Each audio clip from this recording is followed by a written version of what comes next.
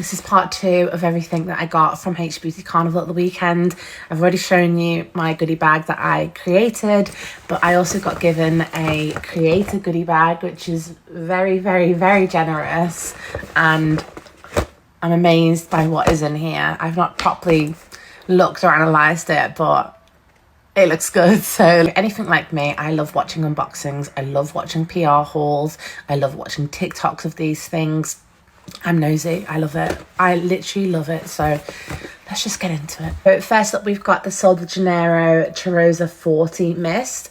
I haven't actually smelt this, but I have smelt Bom Dia, the cream, which I think this belongs to the same family as. And this has got black amber plum, vanilla and jasmine notes in it. So I bet this smells delicious. Got a slip scrunchie. These are meant to be really good for breakage.